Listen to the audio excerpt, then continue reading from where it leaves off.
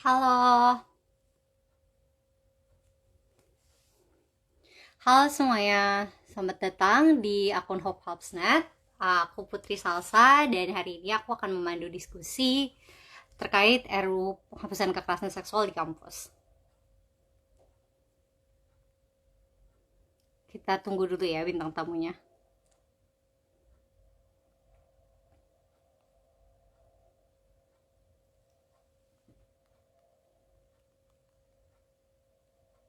Halo, kedengeran nggak sih suaranya?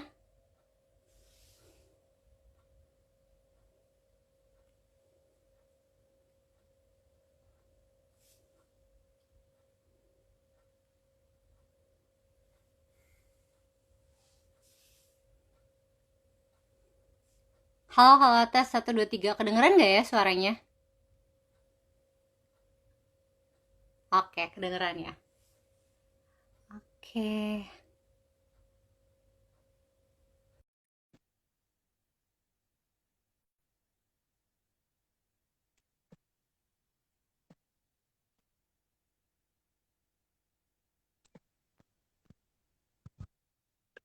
Halo, Halo. Sals. Halo, maaf ya, tadi harusnya 18.55 udah mulai, tapi ada technical problem. Jadi, akhirnya baru bisa Hai, sekarang. hai. Iya, nggak apa-apa. Oke, oke. Kalau gitu berarti kita mulai aja kali ya dari sekarang. Karena tadi udah agak-agak ngaret juga. Salam kenal ya, baru pertama kali ketemu face to face. Selama ini ketemu di mana? Di Tor. Di Tar ya. Oke, Bener, bener, bener. halo semuanya. Jadi kali ini kita akan mengadakan diskusi mengenai kekerasan seksual. Jadi sebagaimana teman-teman tahu, saat ini kita sedang mengadvokasikan RUU penghapusan kekerasan seksual di Prolegnas 2021.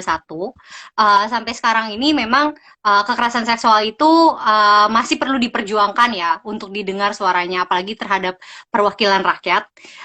Karena walaupun banyak sekali kasus yang masif, banyak sekali korban-korban yang speak up, yang bahkan melaporkan ke polisi, tapi seringkali mereka juga masih mendapatkan treatment-treatment yang buruk. Dan seiring dengan globalisasi juga dan dunia media sosial dan sebagainya, bisa kita lihat bahwa sekarang bahkan bentuk-bentuk kekerasan seksual itu tidak lagi hanya sebatas yang memang ada kekerasan fisik gitu, terutama yang diatur di dalam KUHP itu sendiri gitu.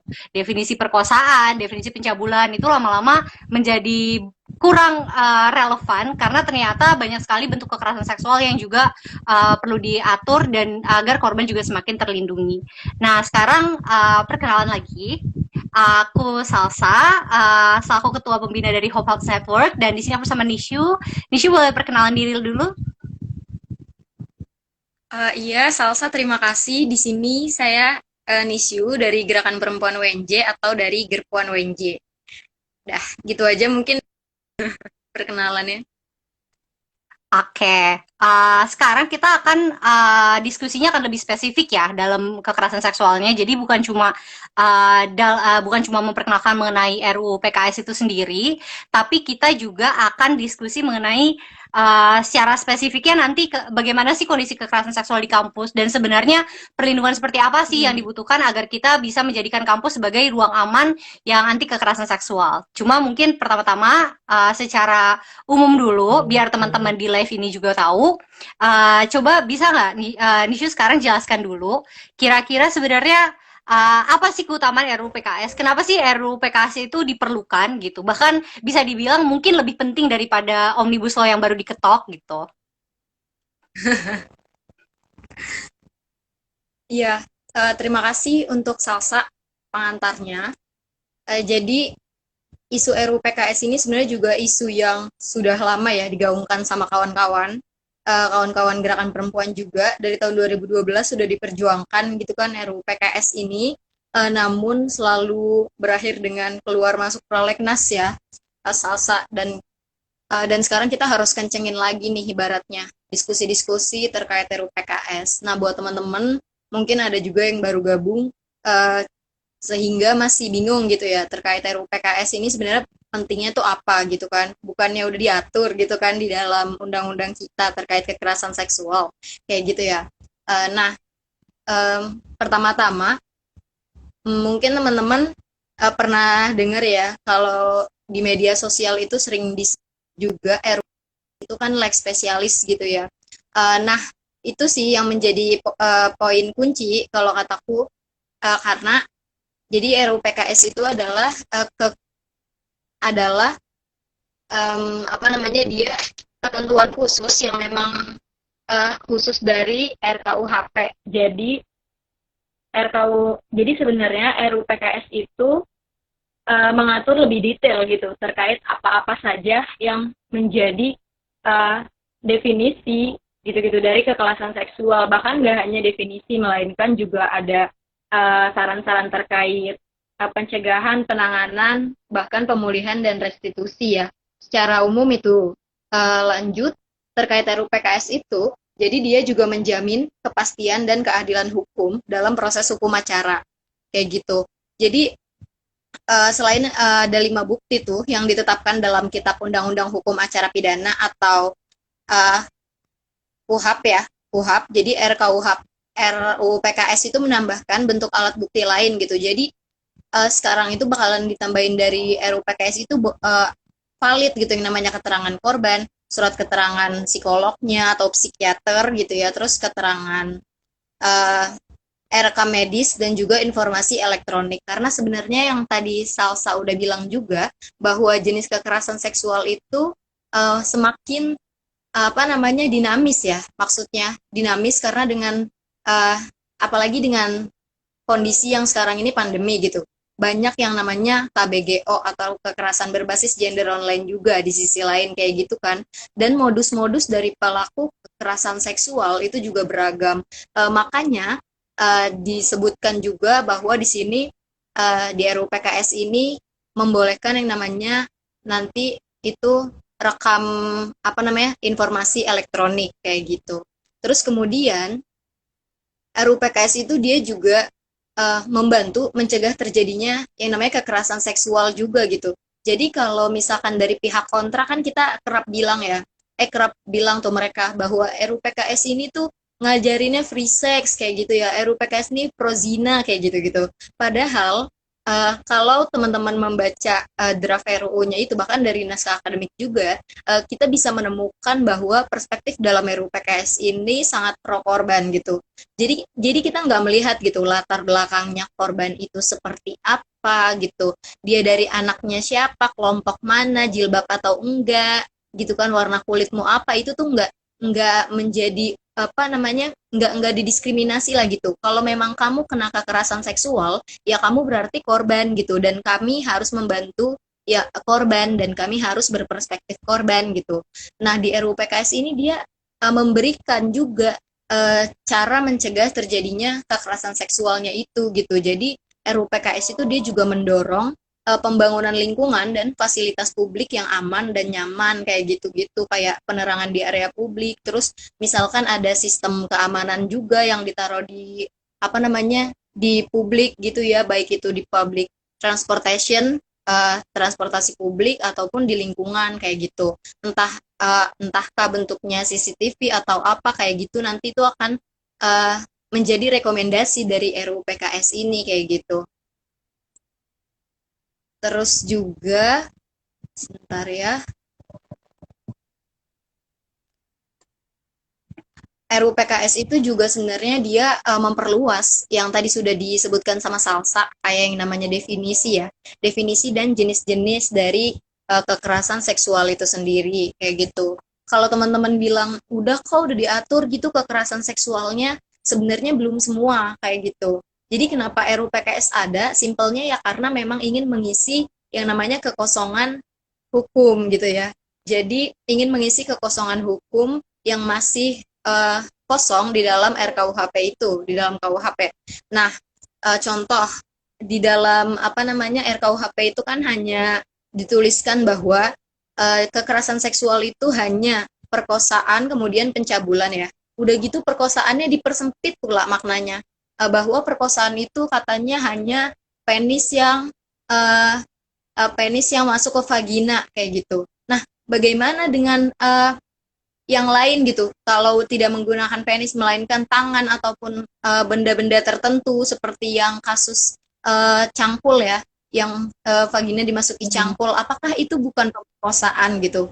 Kenapa itu tidak dianggap sebagai pemerkosaan gitu kan?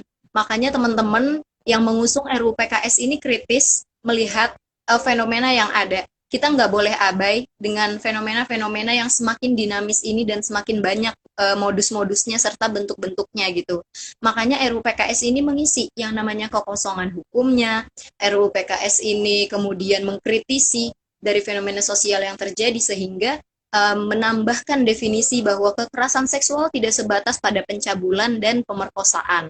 Terus juga kritiknya pemerkosaan tidak hanya tentang penis yang memasuki vagina, melainkan juga bisa tangan atau benda-benda lain seperti itu. Dan kemudian selain ada perluasan makna dan definisi dan jenis-jenis, RUU PKS ini juga mengatur yang namanya menjamin pemulihannya bagi korban gitu, yang menjamin pemulihan bagi korban yang dulu itu tidak diatur ya di dalam perundang-undangan kita. Bayangkan kita punya sistem perundang-undangan, tetapi kita hanya nyorotnya pelaku aja gitu. Kita nyorot pelaku terus nih, tapi kita nggak mikirin korbannya gitu. Kita nggak tahu korbannya sudah pulih apa belum. Kita tidak tahu bagaimana psikisnya korban. Jadi empati kita masih kurang di situ dan itu menjadi kritik lagi buat kita sehingga pengusung RUU PKS ini kemudian menambahkan bahwa di dalam RUU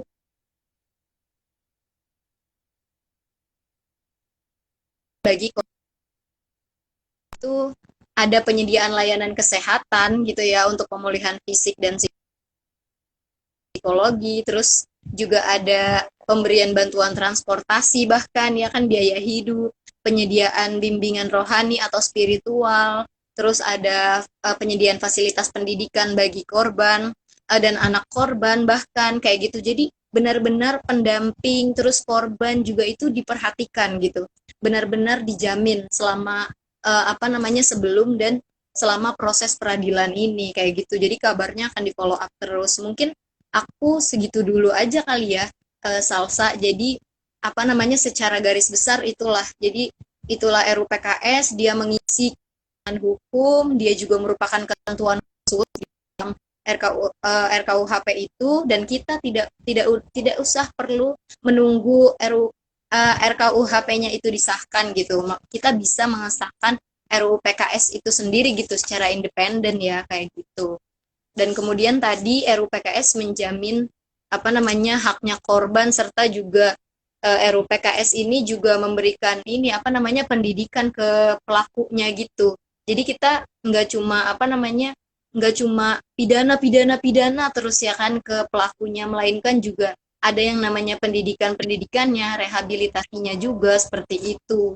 Reformatis justice ya, reformatif justice disebutnya.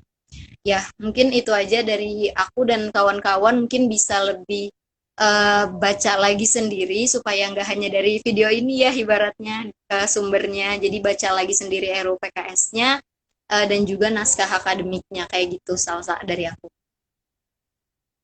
Oke, thank you banget. Dan untuk yang baru gabung juga, jadi aku bisa meringkas sedikit ya. Jadi sebenarnya yang paling penting itu kenapa harus ada RUU PKS? Karena memang hukum yang sekarang itu seperti pemaparan isu tadi benar-benar hanya terbatas sekali gitu perlindungan korban yang ada gitu dari segi pasalnya. Jadi kalau dari segi pasal yang sekarang, kalau kita ambil contoh tadi perkosaan aja, itu tuh kriterianya tuh masih limitatif. Jadi kayak misalnya pertama korbannya pasti perempuan, kemudian pelakunya juga pasti laki-laki karena salah satu kata kuncinya adalah adanya penetrasi gitu. Padahal sebenarnya banyak sekali kasus-kasus di mana lelaki bisa jadi korban, terus itu juga penetrasinya itu juga nggak necessarily dari penis ke vagina juga gitu. Jadi seperti itu gitu. Salah satu contohnya. Bahkan di KUHP sebenarnya lebih outdated walaupun udah di-update di UU PKDRT karena di situ kan juga bahkan sebenarnya di KUHP yang sekarang itu juga masih belum mengcover marital rape gitu. Dan walaupun itu udah ada di UU PKDRT pun sampai sekarang ternyata masih banyak sekali orang-orang yang merasa bahwa perkosaan antara suami dan istri itu tidak ada gitu. Kayak gitu. Padahal kan pastinya suami yang baik tidak akan memaksakan istrinya ketika istrinya tidak ingin berhubungan seksual.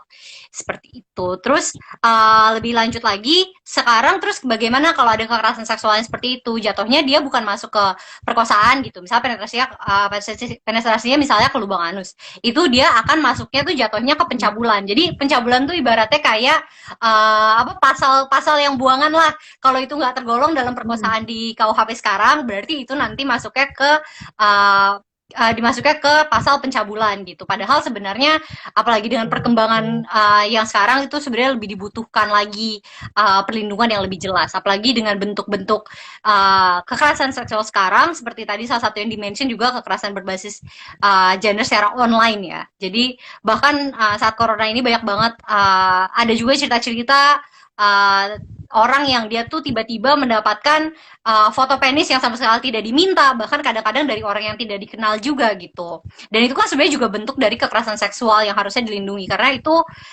karena korbannya juga nyata, korbannya juga merasakan trauma dan dirugikan akan hal tersebut gitu. Terus hal penting lainnya tuh adalah bagaimana kita juga harus mulai merangkul semua korban gitu. Nggak ada lagi kriteria korban tuh harus seperti apa sih gitu. Nggak ada kalau sekarang itu kan seringkali korban juga sering disudutkan. Jadi kayak entah itu dari segi agamanya gitu ya, atau dari pakaiannya, atau dengan dia keluar malam sendiri, atau mungkin atau mungkin dia mabok dan dugem gitu. Padahal sebenarnya ketika kekerasan seksual itu terjadi itu siapapun itu bisa mengalaminya gitu. Kita nggak harus lihat apakah apa yang sedang dia lakukan, bagaimana akhlaknya, tapi yang bisa kita lihat adalah apakah tindakan yang dia alami itu sesuatu yang dia tuh sudah memberikan konsen atau belum. Kalau misalnya dia tidak memberikan konsen, itu berarti ya itu kekerasan seksual. Itu sebenarnya sesimpel itu gitu.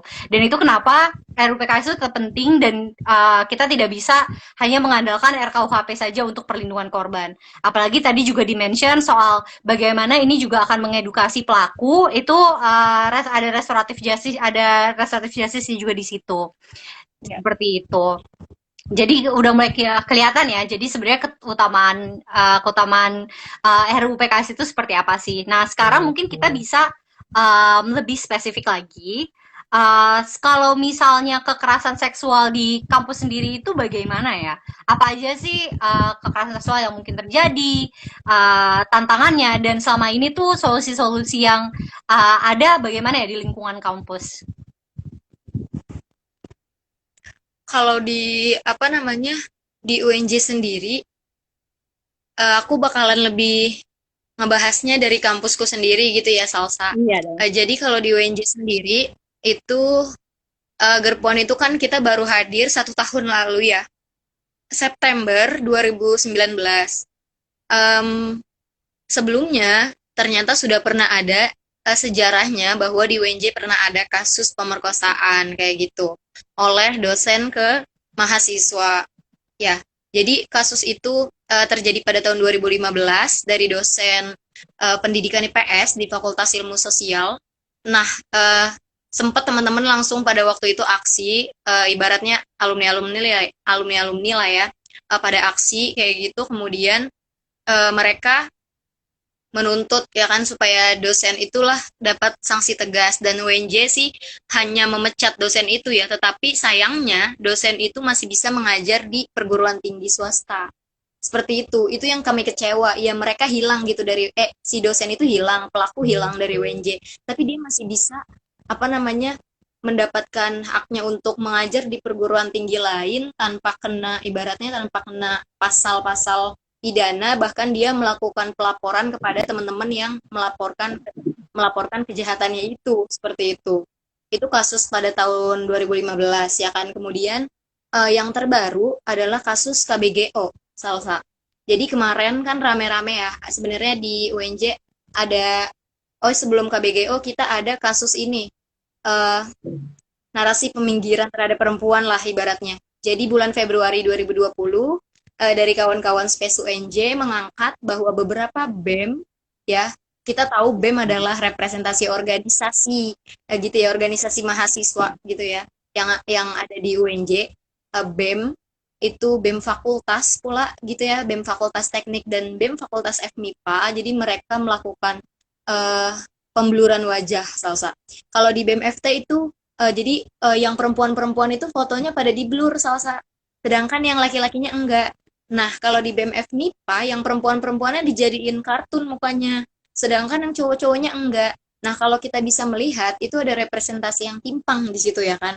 Jadi seolah-olah seperti apa namanya perempuan ini eksistensinya ini gimana gitu, tidak ada gitu, harus di blur-blur dan dijadikan kartun, sedangkan yang cowok-cowoknya pada kontras gitu kan, ada di situ. Jadi perbedaannya sangat timpang. Di mana kita bisa melihat kesetaraan di organisasi gitu. Maksudku organisasi aja yang bahkan kerap dibilang cerminan dari mahasiswa aja kayak gitu, apalagi yang lainnya gitu. Dan itu penting kita lihat lebih jauh lagi bagaimana yang terjadi di antara kawan-kawan mahasiswa kayak gitu. Sayangnya waktu itu berakhir dengan UNJ yang bikin rilis katanya tidak ada feminisme, tidak ada patriarki, dan tidak ada seksisme di UNJ. Kalau tidak ada seksisme, kenapa seperti itu gitu kan? Jadi mereka menggunakan dalih bahwa itu kemauan si perempuan.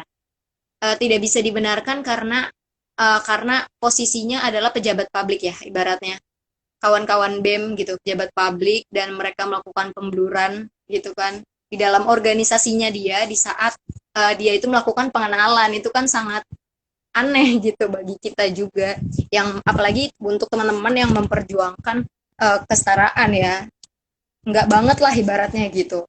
Kemudian yang terakhir ada kasus KBGO, ini baru kemarin. Jadi bulan Agustus salsa pada tanggal 14. Ini kami juga melakukan apa namanya pelaporan juga ya ke kampus. Sayangnya kasus KBGO ini ditanggapi memang sama universitas, namun dilempar ke fakultas. Jadi masuknya ke fakultas bahasa dan seni kayak gitu. Ibaratnya untuk mempersempit lingkup lah gitu, gitu ke publik gitu ya. Padahal sih sebenarnya udah ke publik karena rame sampai yang dan like itu ribuan di base Twitter kayak gitu.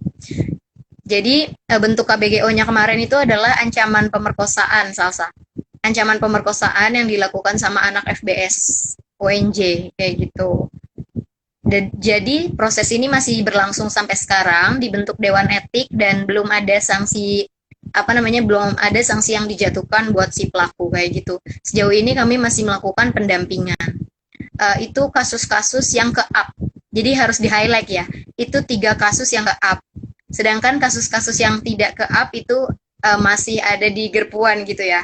Kami mendapatkan pelaporan-pelaporan dari kawan-kawan, baik dari UNJ maupun bukan.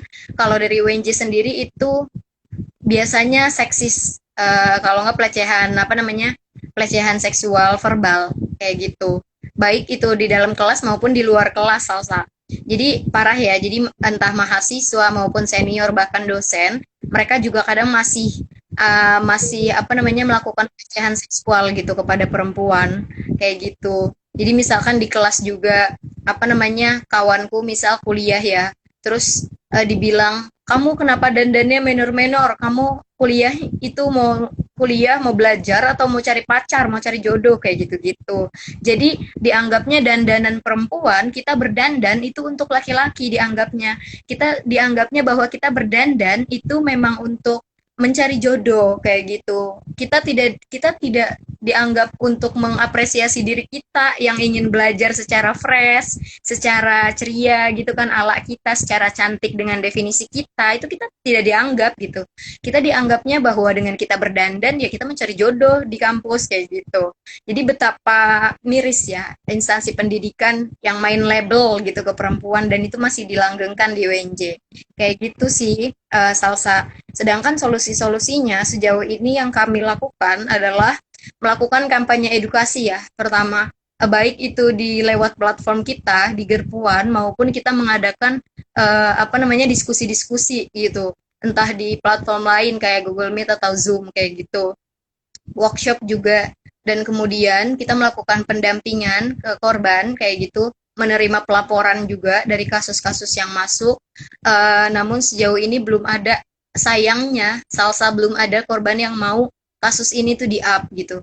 Jadi dilemanya pendamping ya. Ketika kita mendampingi korban, kalau memang korban itu merasa bahwa belum siap untuk kasusnya di up, ya kita akan hanya bisa mencatat gitu. Kita hanya mencatat apa yang menjadi kebutuhan korban. Kita catat apa yang terjadi dengan korban. Mungkin itu. Jadi kita melakukan pendokumentasian kasus. Seperti itu, Salsa kalau dari aku. Tapi kalau saranku kepada kampus, sebenarnya apa sih kebutuhan kami? Ya kita mau pertama-tama ada yang namanya apa namanya peraturan yang mengatur kekerasan seksual ya di kampus, khususnya di UNJ gitu kan. Kita mau rektor peka, kita mau dosen-dosen juga bergerak menuntut ini gitu. Kita mau teman-teman juga kompak untuk menuntut adanya regulasi KS di kampus gitu. Karena kalau kita lihat laporan yang masuk di UNJ kan juga di Gerpuan UNJ sendiri ya itu juga lumayan gitu kan, meski ibaratnya baru puluhan gitu kan yang melapor gitu. Itu kan ada banyak faktor kenapa korban belum berani melapor kan. Nah, itu harus kita hargai juga, dan ini juga data yang tidak bisa diabaikan gitu. Terjadi di UNJ valid gitu. Jadi ya kami butuh kami butuh peraturan rektor itu, kami butuh apa namanya SK itu, kami butuhlah segala regulasi itu supaya apa? Supaya kami korban-korbannya itu juga terjamin. Jadi dia tidak takut saat melapor.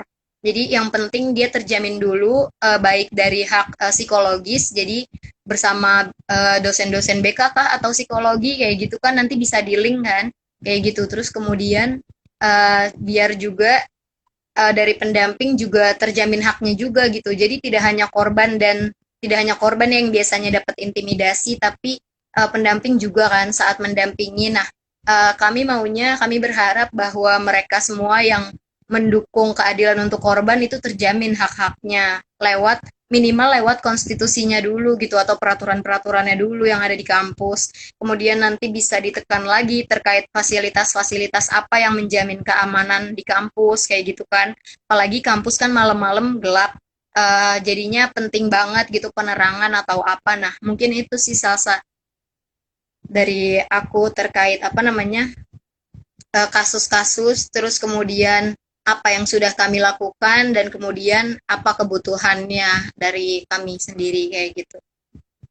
Oke, makasih banyak ya atas pemaparannya. Sebelumnya aku mau ingetin buat teman-teman yang join di live untuk bisa mengetik pertanyaannya, dan nanti di akhir itu kita akan pilih dan akan kita jawab dan diskusikan bersama. Jadi untuk merangkum yang tadi disampaikan itu, tadi kan ada 3 kasus utama ya yang diceritakan sama Nishu, dan dan 3 kasus itu sama-sama belum mendapatkan atensi yang harusnya diperlukan gitu. Jadi dari cerita Nishu tadi aku izin rangkum ya. Tadi tantangan-tantangannya yang terlihat itu pertama belum ada ketegasan dari stakeholdernya gitu, yang menerima laporan, yang bisa memberikan sanksi, itu masih belum ada ketegasan sama sekali, sehingga seringkali akhirnya pelakunya tuh masih bisa ya begitu saja lah gitu, tidak menerima sanksi. Terus kedua, kasus kekerasan seksual itu sendiri dia masih diremehkan juga gitu. Makanya tadi ada kasus yang juga bahkan dilempar-lemparkan. Padahal kan itu sebenarnya ketika seorang korban melapor itu kan sebenarnya butuh keberanian yang luar biasa ya, karena balik lagi banyak sekali resiko yang bisa dialami gitu oleh korban, mulai dari victim blaming, mendapat intimidasi dari pelaku, tidak dipercaya, malah disalah-salahkan. Jadi sebenarnya itu banyak banget konsekuensi untuk mereka. Tapi sayangnya ketika mereka speak up itu masih belum di take it seriously gitu. Terus ternyata bahkan patriarki itu sendiri masih terinternalisasi bahkan di organisasi yang sesama mahasiswa gitu. Padahal kan harusnya apalagi yang udah terlibat di organisasi mahasiswa itu kan pikirannya udah lebih terbuka ya, udah bisa lebih saling menghargai satu sama lain gitu. Dan ketika mereka berdalih bahwa itu adalah masalah persetujuan gitu, maksudnya aku sih menghargai gitu. Perempuan-perempuan yang memang tidak ingin mempost fotonya gitu, yang memang hanya ingin dikartunkan atau apa. Tapi sebenarnya aku hanya menganggap bahwa itu konsen yang valid ketika itu memang datang dari perempuannya sendiri gitu, dan tidak dari semacam surat klarifikasi gitu ya. Yang apalagi yang tadi menyebutkan beberapa istilah yang mungkin mungkin definisinya itu sendiri aja masih bisa dipertanyakan gitu. Maksudnya apa, tidak ada itu semua. Terus Iya. lebih lanjut lagi, belum ada fasilitas kampus yang benar-benar fokus gitu ya untuk penanganan kasus kekerasan seksual, dan dari korbannya sendiri dia juga belum mau diproses gitu, belum mau diproses. Harus kita ingat bahwa walaupun tadi Nisho hanya memberikan tiga contoh kasus, tapi kita harus ingat bahwa dalam kasus kekerasan seksual dengan segala hal yang masih tabu dan dianggap aib, jadi bisa dianggap bahwa kasus-kasus yang terblow up, laporan-laporan yang masuk itu pasti masih jauh dari faktanya. Pasti sebenarnya tuh angkanya bisa berkali-kali lipat gitu. Dan sebenarnya itu harapannya dengan kita mengadakan diskusi seperti sekarang untuk mengirimkan pesan bahwa kekerasan seksual itu bisa terjadi pada siapa saja. Korban memiliki space yang aman untuk didengar, dan itu bukan salah mereka gitu. Harapannya dengan semakin banyak diskusi-diskusi seperti ini itu akan mengirimkan pesan bahwa ada kok orang-orang yang dia itu bisa yang benar-benar merangkul korban dan tidak menyalahkan korban gitu. Terus lebih lanjut lagi, kebutuhan yang tadi disampaikan itu, jadi yang pertama tentunya ada peraturan yang mengatur kekerasan seksual di kampus. UI sendiri juga baru-baru ini kan dia membuat SOP, dan sepertinya akan ada peraturan turunannya. Harapannya sih eksekusinya nanti bisa ideal. Terus juga sinergi dari semua stakeholder, baik dari dosen, rektor, untuk benar-benar berkomitmen dalam melawan kekerasan seksual itu sendiri. Terus selain itu juga ada pendataan yang baik, jaminan perlindungan korban dan pendamping. Ini penting banget ya, apalagi di era sekarang nih kayaknya apa-apa enteng banget gitu, pakai diancam nuntut balik lah, UU ITE, pencemaran nama baik ya, itulah jenis-jenis apa hukum tempat mereka yang mereka anggap melindungi mereka gitu. Terus juga adanya perbaikan di fasilitas gitu agar bisa membuat ruangan yang lebih aman gitu untuk semuanya. Nah, lebih lanjut lagi, kalau kita tadi udah berkaca dengan keutamaan RUU PKS, kemudian tadi kita juga bahas mengenai kondisi penanganan kekerasan seksual di kampus, yang juga lihat sebenarnya sih apa sih manfaat-manfaat RUU PKS bagi mahasiswa. Dan untuk teman-teman yang join, halo, boleh masukin pertanyaan-pertanyaannya ya. Habis ini kita bisa lanjut untuk menjawab pertanyaan. Iya, Salsa. Terima kasih. Jadi tadi kita sudah ibaratnya mereflektifkan kan pertama-tama RUU PKS-nya, kemudian kita relevansikan dengan keadaan kita di kampus itu bagaimana, dan kemudian kita sekarang membahas terkait manfaat dari RUU PKS itu sendiri ya.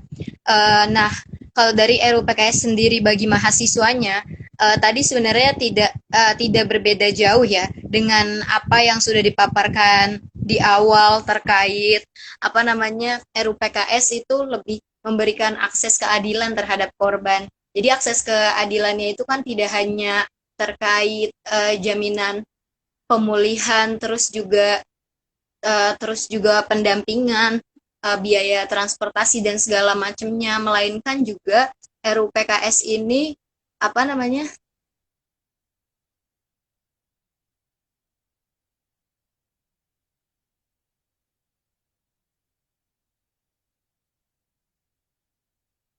gitu, bahwa lembaga-lembaga atau organisasi-organisasi yang ada di kampus yang kayak berdiri sendiri gitu, jadi kolektif-kolektif yang udah ada berdiri di kampus itu bisa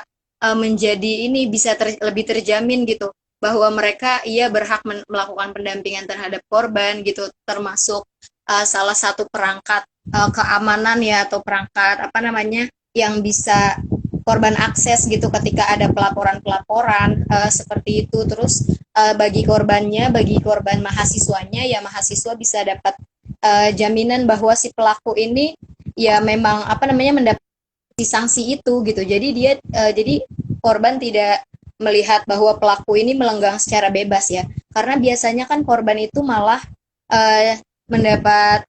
mendapatkan ketidakadilan. Korban dapat victim blaming seperti yang Salsa udah bilang. Sehingga kalau di dalam RUU PKS ini kita melakukan sebaliknya. Jadi sistem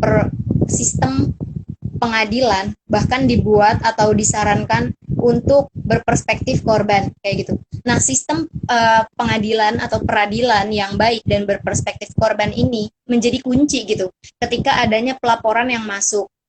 Ketika pelaporan masuk, itu kenapa korban bisa tiba-tiba mencabut laporan? Bisa jadi karena aparat penegak hukumnya itu malah melakukan victim blaming dengan yang tadi Salsa sudah bilang. Jadi victim blaming tuh nggak hanya dilakukan oleh masyarakat, melainkan juga oleh aparat penegak hukum gitu, atau bahkan hakim dan jaksa gitu kan yang malah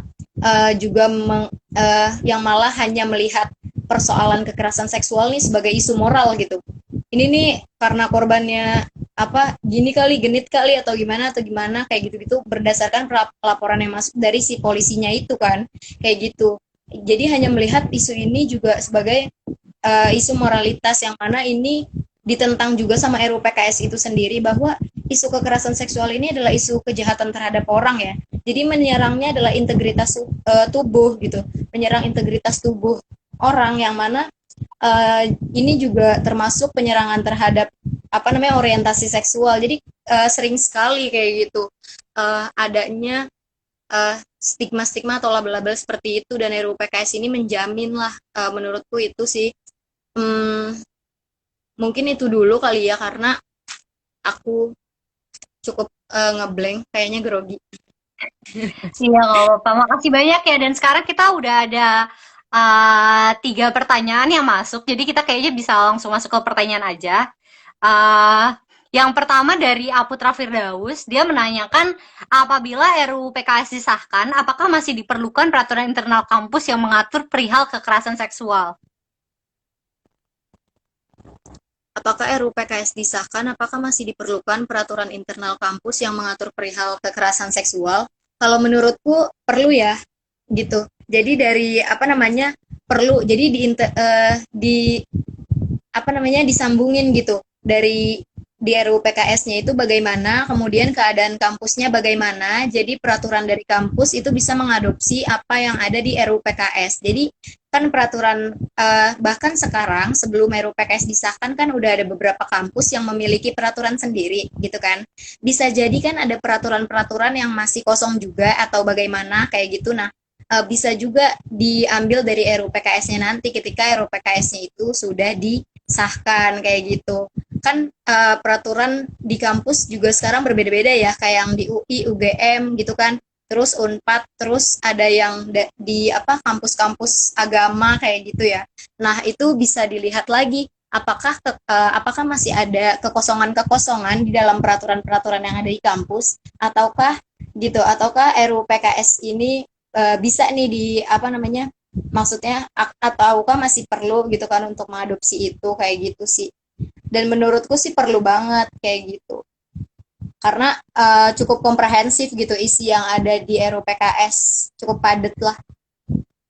Oke, makasih. Ya, aku sepakat banget sih. Jadi memang adanya RUU PKS itu nggak berarti kita udah nggak butuh lagi nih peraturan internal kampus atau advokasi, karena sebenarnya itu semua harus diupayakan gitu ya dari layer-layer yang dari yang terbesar gitu, misalnya dari negara gitu dengan ada RUU PKS, tapi itu juga akan masuk ke layer-layer yang kecil gitu.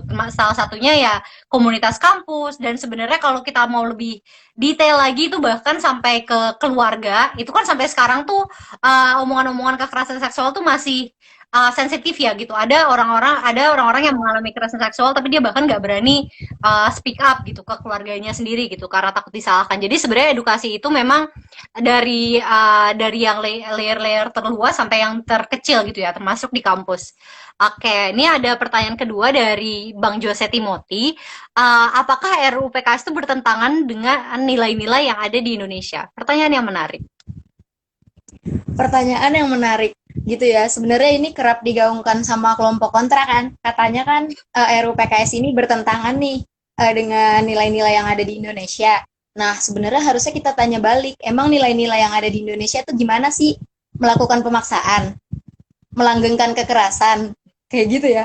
Jadi nilai-nilai Indonesia yang mana dulu nih? Kayak gitu. Jadi kalau memang kalian itu sama-sama sepakat bahwa Indonesia itu memiliki nilai-nilai yang toleran, bahwa Indonesia itu menghargai perbedaan, bahwa Indonesia itu melindungi korban, bahwa Indonesia itu adil kayak gitu kan. Ya, berarti apa namanya? Ya berarti di RUU PKS itu ya mengisi itu gitu. Di RUU PKS itu melakukan apa namanya?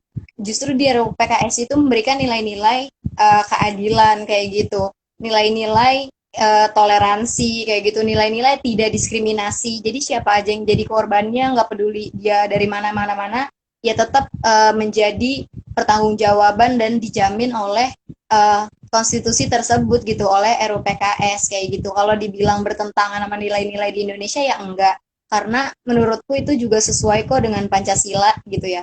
Kerap soalnya kerap RUU PKS ini dibilangnya produk barat kayak gitu kan. Padahal referensi-referensi yang ada di dalam RUU PKS juga banyak loh dari data Komnas Perempuan, dan Komnas Perempuan itu ada di Indonesia gitu ya. Komnas Perempuan itu ada di Indonesia kok gitu. Enggak maksudku cabang ya di Indonesia, dan juga dari LBH, APIK dan segala macam apa namanya forum pengada layanan yang ada di Indonesia gitu ya, yang memang melakukan pendampingan terhadap korban-korban kekerasan seksual kayak gitu. Jadi data-datanya tuh valid berangkat dari kita. Makanya kita melihat gitu, apa sih kebutuhan kita, ini ada loh korban, ini ada loh data, makanya diisi tuh disaranin yang namanya RUU PKS. Jadi berangkat dari konteks Indonesia itu sendiri, melihat fenomena kekerasan seksual yang tiap tahun kok makin meningkat. 12 tahun terakhir meningkatnya 8 kali lipat gitu, atau 792% gitu kan, dari data Komnas Perempuan. Bahkan data terbaru dari Simfoni Kementerian Pemberdayaan Perempuan dan Perlindungan Anak ya, periode Januari 2020 sampai Juni 2020 kemarin itu ada 300-an lebih, hampir 400 kasus kekerasan seksual terhadap anak di masa pandemi itu ya, pra dan lagi pandemi gitu. Jadi Januari sampai Juni, dan 382 atau 300 berapa kasus itu ke perempuan dewasa, perempuan dewasa, dan kemudian ke anak itu sekitar 1.800 lebih. Jadi bayangkan itu aja kalau digabung udah 2.000-an kasus ya, terpecah antara ke anak dan ke perempuan dewasa kayak gitu. Dan itu baru periode sampai Juni. Ini udah Oktober kayak gitu. Nah, itu datanya juga dari kita sendiri, dari Indonesia gitu. Jadi kalau dibilang apakah RUU ini bertentangan dengan nilai-nilai, ya enggak gitu. Bahkan kalau dibilang apakah enggak sesuai dengan agama, di sisi lain ya kita melihat bahwa RUU PKS ini justru adil ya, tidak memandang agama apapun gitu. Ketika kalian dari agama manapun menjadi korban, ya kalian tetap dianggap korban dan dijamin hak-haknya secara utuh gitu, sesuai yang ada di konstitusi kayak gitu. Jadi ya menurutku sesuai gitu, dan kemudian kemanusiaan yang adil dan beradab juga sesuai, karena kita justru kan maunya manusia yang tidak melakukan kekerasan terhadap satu sama lain dong tentunya. Nah, ya RUU PKS ini menjadi pelopor ya ibaratnya, untuk penggebrak nih. Wah, selama ini banyak kekerasan, jadinya kita perlu adanya regulasi yang mengatur terkait itu gitu. Nah, makanya untuk menciptakan manusia yang berkarakter, maksudnya gitu kan, berkarakter tidak melakukan kekerasan terhadap manusia, terhadap perempuan khususnya, ya ini ada RUU PKS gitu. Mungkin itu sih kalau dari aku. Iya, apalagi keadilan itu iya. fix banget kayak Emang gitu. sepakat banget sih aku sama kamu kalau misalnya dibilang bertentangan sama apa nih Indonesia negara yang beragama ya Tuhan mana sih yang ingin umatnya itu manusia merasakan dan mengalami kekerasan seksual kan enggak gitu kan. Iya. Terus kemudian kalau soal kemanusiaan ya ini kan tentang memanusiakan manusia gitu. Malah di saat kita revictimisasi, victim blaming itu malah kita tidak nge-treat mereka sebagai manusia, kita tidak menganggap bahwa tragedi yang mereka alami itu nyata gitu. Kita nggak menganggap traumanya itu nyata, kita nggak menganggap bahwa mereka itu dirugikan, kita malah menyalahkan. Itu malah hal-hal yang zolim gitu terhadap kemanusiaan itu sendiri. Dan apalagi keadilan ya, itu kan malahan RUU PKS adalah harapan untuk keadilan bagi korban itu sendiri. Berikutnya ini ada pertanyaan dari ada titik orang. Uh, Izin nanya, main core RUU penghapusan kekerasan seksual adalah adanya konsen atau persetujuan.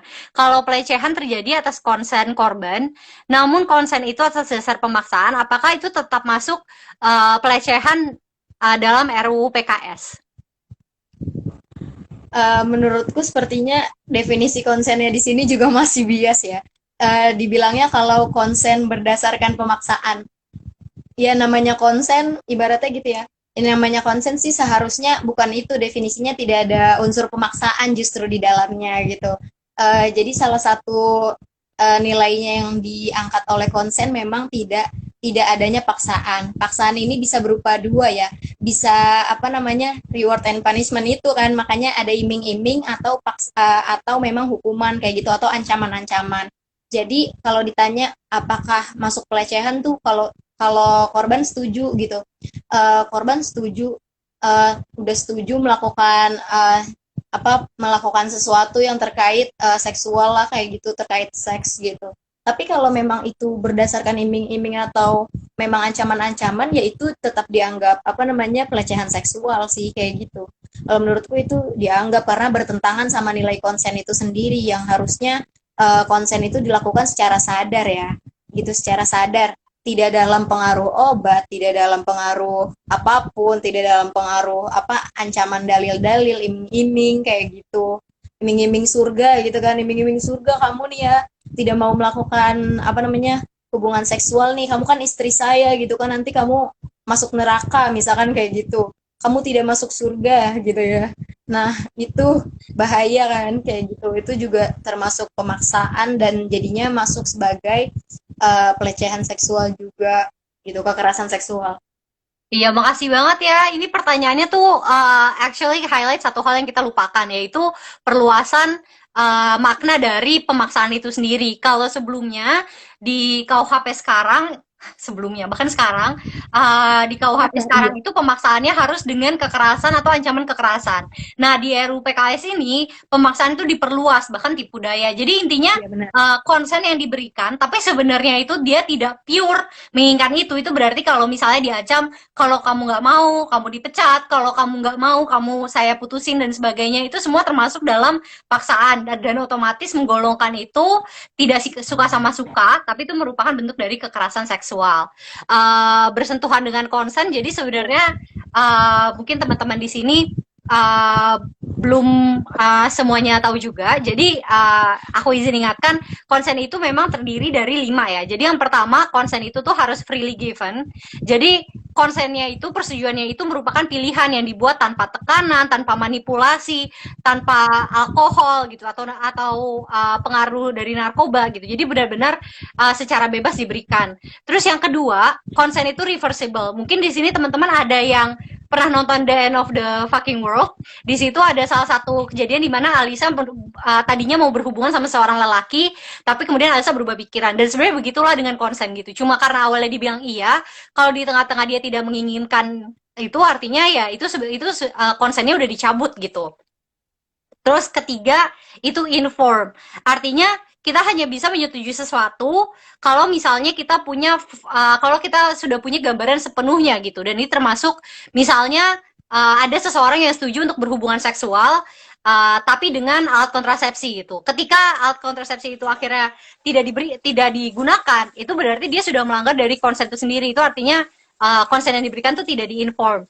Terus kemudian yang berikutnya itu enthusiastic, artinya ketika itu terkait berhubungan seksual dia memang itu memang melakukan hal-hal yang memang dia ingin lakukan gitu. Kalau misalnya itu tidak berarti itu sudah tergolong sebagai kekerasan seksual. Dan yang terakhir itu spesifik ya, berarti mengatakan iya kepada suatu hal tidak berarti mengatakan hal iya ke yang lain gitu. Misalnya kamu dulu setuju untuk dipeluk, tapi itu nggak berarti dia bisa setiap hari meluk kamu gitu. Kamu misalnya setuju untuk pernah ciuman sekali, tapi itu nggak berarti dia entitled untuk cium kamu terus karena kamu pernah mengiyakan gitu. Konsen itu cuma berlaku di satu kali itu aja. Jadi itu harus benar-benar diperhatikan ya. Dan ini juga salah satu alasan kenapa banyak banget kejadian kekerasan seksual bahkan dalam pacaran gitu. Karena dianggapnya sekali udah konsen akan konsen terus gitu dengan ancaman entah apakah nanti saya sebar kalau misalnya kita dulu pernah berhubungan, kalau kamu nggak mau lagi nanti aku aduin ke orang tua atau aku cerita ke teman-teman aku dan sebagainya. Itu semua termasuk dalam kekerasan dalam pacaran juga gitu, kekerasan seksualnya. Nah, ini ada pertanyaan lanjutan juga. Beredarnya rumor seksual konsen di RUU PKS kalau keduanya sama-sama konsen. Itu kan tidak termasuk kekerasan seksual. Stigmanya itu RUU PKS itu jadinya melegalkan perzinahan. Bagaimana menurut kakak? Oke, silahkan. Iya, terima kasih Salsa. Kalau menurutku, ketika ada orang gitu ya sama-sama konsen gitu, baik laki maupun perempuan, terus tiba-tiba kita dibilang melegalkan perzinahan, ya tidak, karena kan perzinahan tidak diatur di dalam RUU PKS itu sendiri. Yang namanya RUU PKS kan kita mengaturnya hanya kekerasan seksual ya, baik definisi maupun jenis-jenis, terus pencegahan, pemulihan dan segala macamnya gitu. Perzinahan aku kurang tahu apakah itu diatur gitu. Kalau nggak salah sudah diatur ya di dalam perundangan kayak gitu, ada undang-undang tertentunya kan yang mengatur perzinahan gitu ya. Nah, sedangkan kalau di dalam RUU PKS ini pure tidak mengatur yang namanya isu-isu kayak perzinahan itu sendiri kayak gitu-gitu. Karena memang kita concernnya kan di kekerasan seksual, berangkat dari fenomena data yang tadi sudah dihimpun ya sepanjang tahunan tadi, bahkan Komnasper ya gitu dari dia berdiri kayak gitu sih kalau menurut aku. Jadi kalau dibilang kalau misalkan argumennya hanya karena tidak diatur di RUU PKS, terus kemudian kita bisa dibilang tiba-tiba melegalkan, ya enggak lah kayak gitu kan. Toh gitu kan, toh orang-orang kan juga kalau di dalam konsen itu tadi seperti yang udah Salsa bilang bahwa itu tuh pilihan ya, opsional gitu. Yes mean yes, no mean no mean no gitu ya. Jadi orang tuh selalu berhak gitu untuk melakukan apa atas dirinya, tidak mau yes yes kayak gitu-gitu, termasuk melakukan apa sih aktivitas-aktivitas seks kayak gitu kan. Bukan berarti dengan adanya RU ini tiba-tiba langsung ayo semua seks bebas kayak gitu ya, enggak kalau menurutku kayak gitu. Bahkan dari sekarang juga ya, sebelum ada RUU PKS sepertinya kalau definisi zina ini aja aku masih bias ya sebenarnya. Jadi bingung juga gitu definisi zina yang bagaimana dan menurut siapa, apakah ini hanya tafsiran mayoritas tertentu atau gimana gitu kan. Karena ketika kita membahas RUU PKS ini kencang dialirinnya itu, dibentroknya itu dengan dalil-dalil agama dan perspektif-perspektif tafsiran agama, yang mana tafsiran itu juga baru satu di antara banyak tafsir kayak gitu ya, hanya baru satu jenis tafsir di antara banyak tafsir. Bahkan masih banyak media-media juga yang turut mengkanter isu-isu RUU PKS ini, maksudnya dengan dengan perspektif agama-agama yang progresif kayak gitu. Tapi ya tadi sih, tapi balik lagi bahwa tafsiran progresif ujung-ujungnya pasti akan dicapnya liberal lu gitu ya. Liberal lu, produk barat kayak gitu. Jadi kalau misalkan ngomongin kayak gitu, di perzinahan sekali lagi di RUU PKS itu sama sekali tidak mengatur, dan tidak mengatur itu bukan berarti auto melegalkan kayak gitu ya. Karena tadi yang di-highlight adalah kekerasan seksual yang berangkat dari data kayak gitu. Kalau aku sih mikirnya seperti itu. Iya, sepakat banget sih, karena kan memang idenya itu kan kekerasan seksual gitu, itu kan berarti memang aktivitas seksual yang memang dipaksakan, yang memang dia tidak konsen gitu. Kalau misalnya sama-sama konsen itu otomatis bukan kekerasan gitu. Jadi sebenarnya sih itu sesimpel itulah logikanya gitu. Kenapa kita tidak memasukkan hubungan seksual di dalam penghapusan kekerasan seksual? Lebih dalam lagi, menurut aku sebenarnya ketika zina itu ketika sama-sama suka itu dipidana, itu akan memberikan resiko lebih kepada korban kekerasan seksual yang mau speak up gitu. Karena tadi seperti kita bilang, ternyata kan pemaksaan konsen tuh banyak banget ya layernya. Maka kemudian akan menjadi rentan korban untuk dipidana ketika pelakunya malah berdalih itu suka sama suka gitu. Jadi sebenarnya itu juga ada mengancam korbannya sih, karena bisa aja pelaku nanti malah berdalih itu. Karena walaupun sekarang belum ada aturannya, tapi kan kita bisa asumsikan ketika itu suka sama suka pasti dia akan lebih ringan kan harusnya gitu daripada ketika seseorang melakukan kekerasan seksual, dan itu nanti akan berbahaya gitu untuk korbannya. Itu lebih lanjut sih sebenarnya. Oh iya, apakah ada pertanyaan lagi? Kalau nggak mungkin kita bisa kayaknya nggak ada ya. Oke, kalau gitu kita kayaknya bisa masuk ke closing statement. Oke, silakan. Iya, karena waktunya bentar lagi ya, daripada mati gitu kan. Tiba-tiba. Iya, Salsa. Kalau aku sih tadi pengen nge-highlight juga, meskipun ya, kalau kalian suka sama suka, itu bukan berarti tuh pasangan kalian tuh auto mau, auto boleh untuk diapa-apain, auto mau untuk melakukan apa saja gitu. Dengan hanya modal suka sama suka, itu bukan berarti kita bebas melakukan apapun terhadap orang lain. Yang RUU PKS ini membantu manusia-manusia Indonesia supaya menjadi orang yang apa-apa izin gitu loh, maksudnya. Untuk ngakses HP orang aja kita perlu izin kan, ibaratnya rumah orang kita perlu ketok pintu, apalagi tubuh orang kayak gitu. Jadi teman-teman harus ditingkatin lagi kesadarannya, dan RUU PKS ini adalah RUU yang menurutku adil dan komprehensif, terutama berperspektif korban juga, sehingga mari kita suarakan bareng-bareng buat dukung RUU PKS dan kita patahin itu hoax-hoax yang ada, terutama hoax-hoax yang gencar dipromosikan oleh tim-tim yang berbalut agama mayoritas ya kayak gitu. Padahal aku juga agama mayoritas gitu kan, tapi kita maksudnya bisa lebih memahami ini lagi gitu kalau kita membacanya lagi, seperti itu sih kalau menurutku Salsa. Iya, sepakat.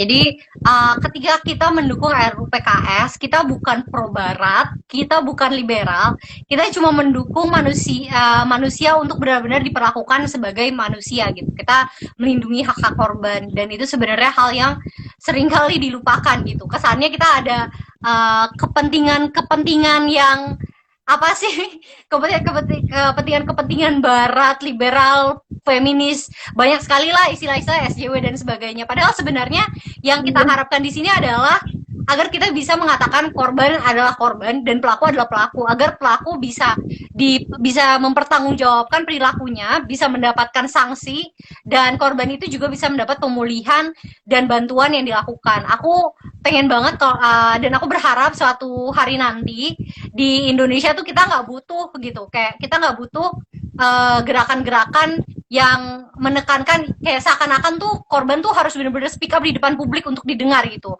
Aku harap korban bisa benar-benar mendapatkan bantuan yang dia perlukan. Korban gak harus membuka lukanya lagi agar orang-orang tuh actually bersimpati dan mau mendengarkan. Karena harusnya kita sesama manusia, kita bisa benar-benar saling menghargai hak satu sama lain, termasuk hak otonomi atas tubuh kita masing-masing gitu.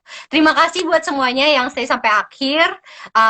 Makasih banyak Nisa atas waktunya juga. Semoga berikutnya kita bisa diskusi-diskusi lebih lanjut. Dan kalau misalnya mau belajar lebih lanjut tentang isu kekerasan seksual, itu juga bisa di follow dan disimak sesi-sesi berikutnya ya di Hope Helps Net. Oke, makasih semuanya. Selamat malam. Terima kasih semuanya. Dadah.